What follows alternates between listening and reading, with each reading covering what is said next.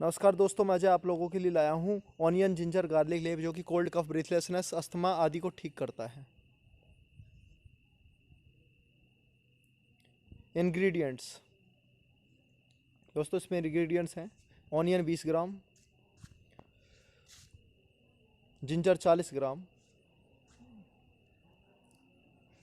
Garlic 10 gram. Method method of preparation: सभी ingredients को mixie में मिक्स कर लें और पेस्ट बना लें।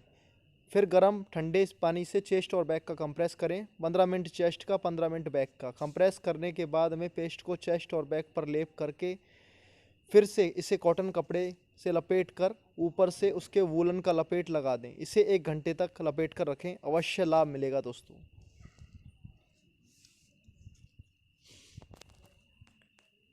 दोस्तों, इसके बेनिफिट्स हैं, यह कोल्ड कफ अस्थमा आदि में बहुत लाभ पहुंचाता है। Please comment, like, share and subscribe my YouTube channel.